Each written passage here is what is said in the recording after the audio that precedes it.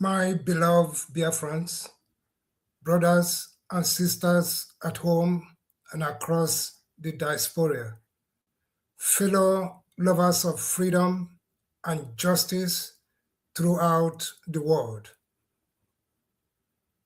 I greet you with the weight of His sacred trust placed on my shoulders by our Supreme Leader, Onye Nnamdi Kanu.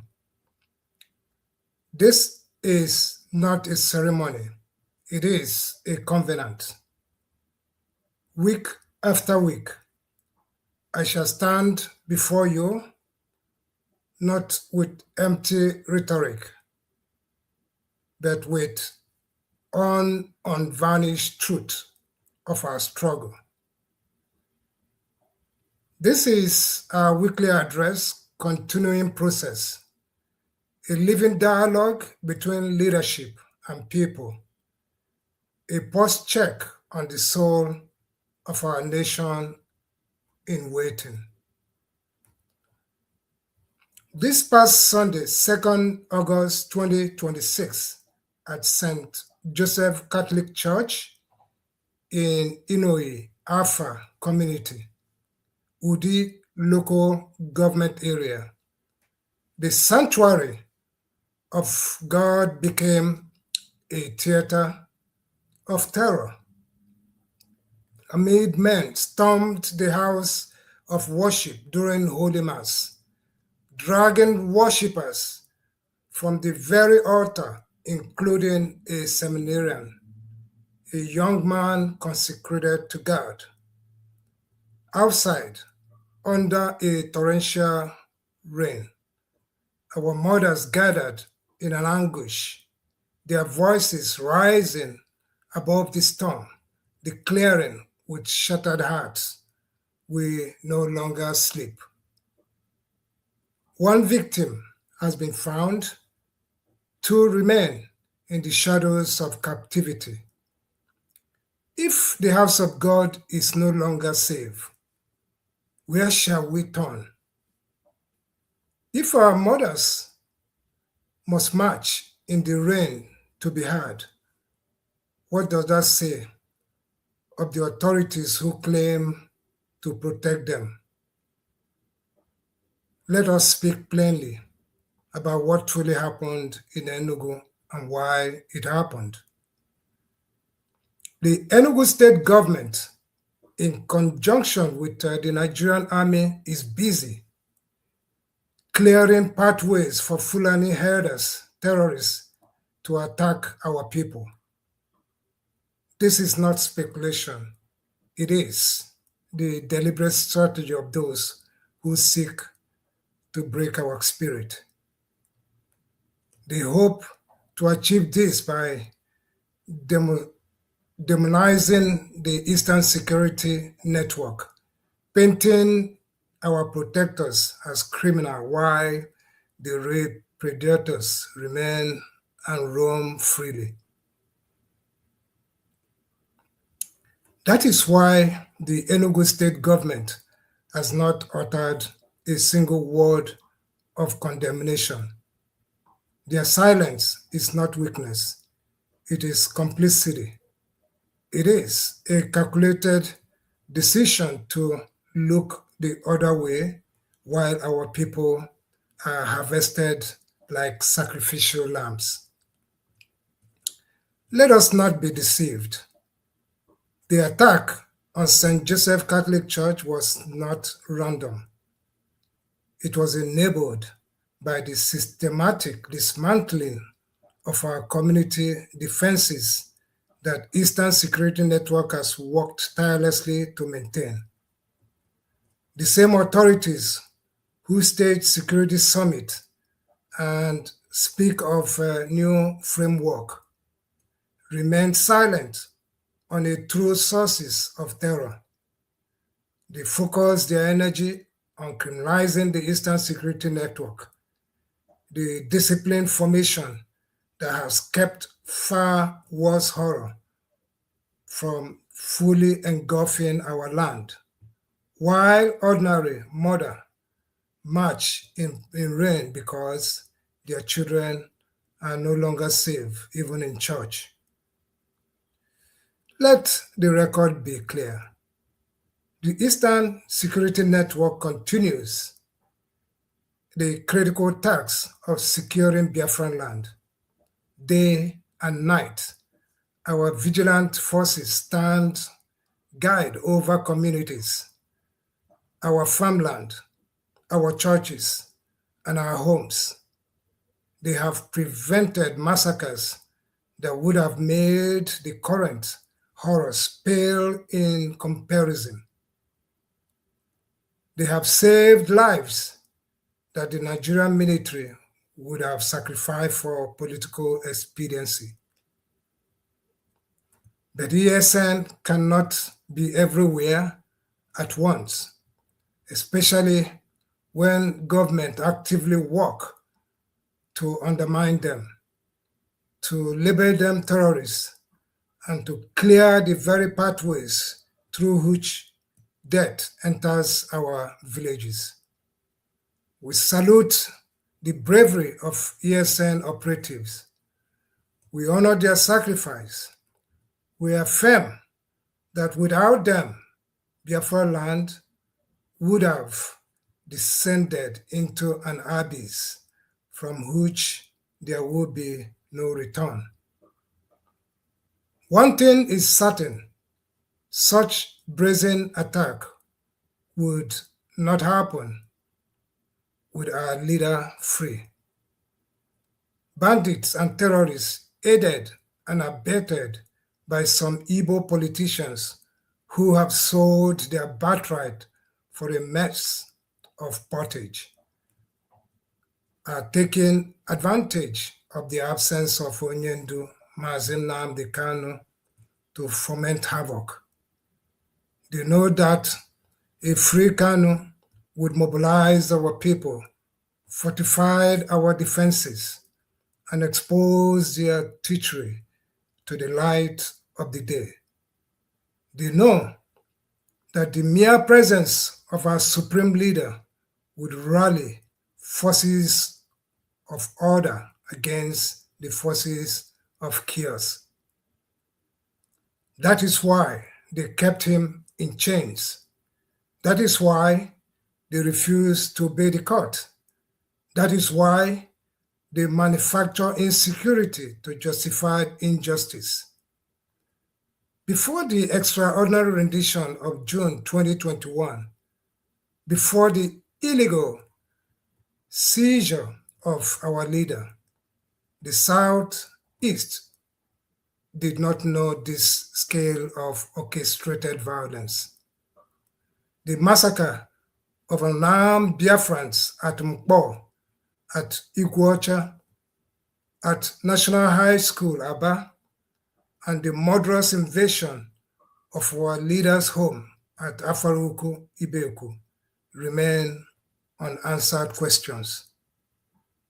What offense did those unarmed people commit? What terrorist act justify those bloodbaths? None. This is, and there is, no answer because there is no justification. A charge sheet that discloses no offense known to any extant written law cannot find a valid trial.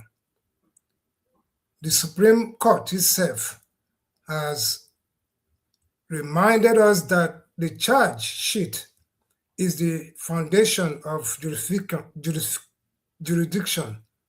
and that due process must be fulfilled.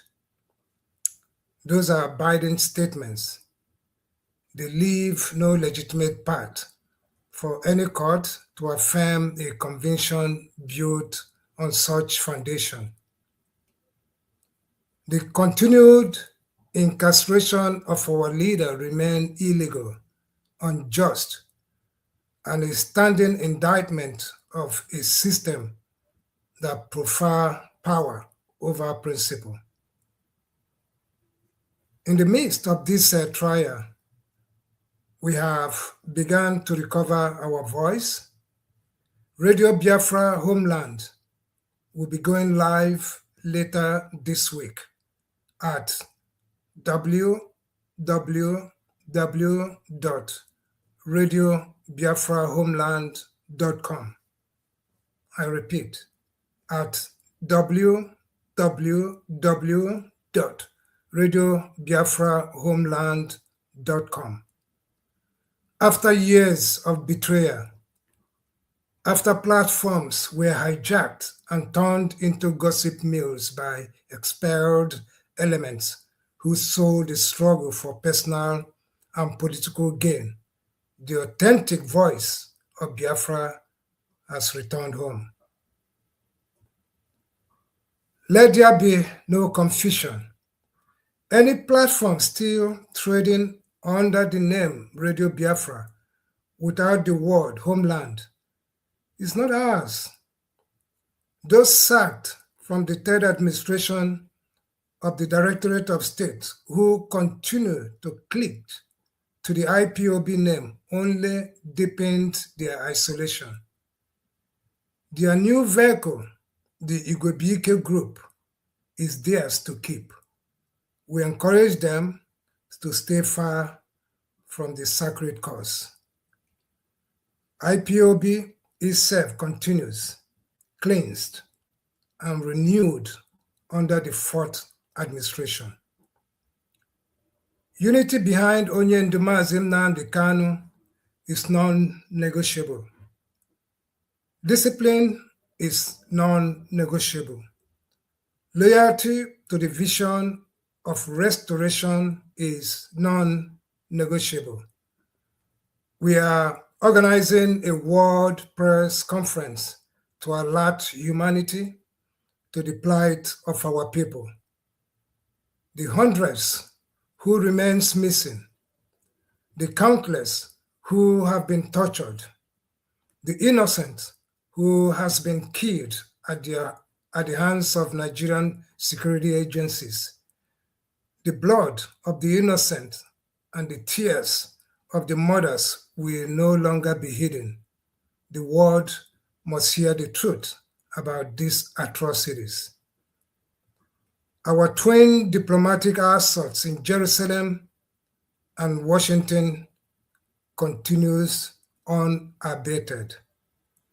The issue of Biafra has been brought before Israeli Knesset, where it has been debated. It has laid before the United States Congress, where a motion has been made calling for the freedom of our leader. These are steps that ought to have been taken years ago, because the previous administrations were more interested in gossip than in actual freedom fighting. Valuable time was lost, but it was better late than never. The work is now being done with seriousness and focus.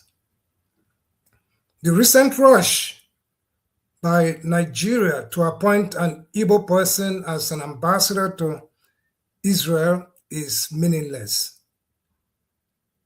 Appointing an ambassador is normal diplomatic protocol.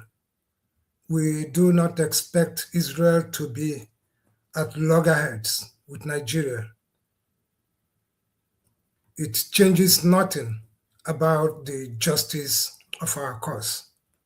Our eyes remain fixed on the substantive struggle, the release of Onye Nnamdi Kanu, and the restoration of Biafra.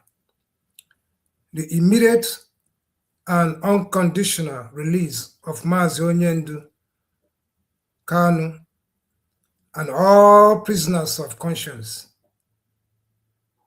That the real architect of insecurity, the Fulani herders terrorists, the bandits, and those who enable them within the political class, be confronted without selective blindness. The Southeast be allowed the peace it has earned throughout the vigilance of its own people. The ESN and every community that has chosen to defend itself. That the Enugu state government and every other state government in Biafra land stop clearing pathway for the terrorists and instead join the fight against those who would destroy us. My people, the mothers weeping in the rain in Afar are not alone. Every family that has lost a child to the forest, every farmer driven from his land, every young person living in fear is part of this same cry. Yet, we do not despair. We organize. We speak with one voice. We refuse to allow manufactured narrative to bury the truth. The struggle continues peacefully, disciplined, and rooted in the inalienable rights of our people to determine their destiny. Close ranks. Reject every distraction. Stand firm. The authentic voice of Biafra is back. The Directorate of State is at work. The Eastern Security Network stands guide. And under the guidance of our Supreme Leader, the restoration of Biafra remains irrevocably our goal. Next week, we shall return, as we will every week, to update you on our progress, to expose the marginalization of our enemies, and to strengthen the bonds that unite us.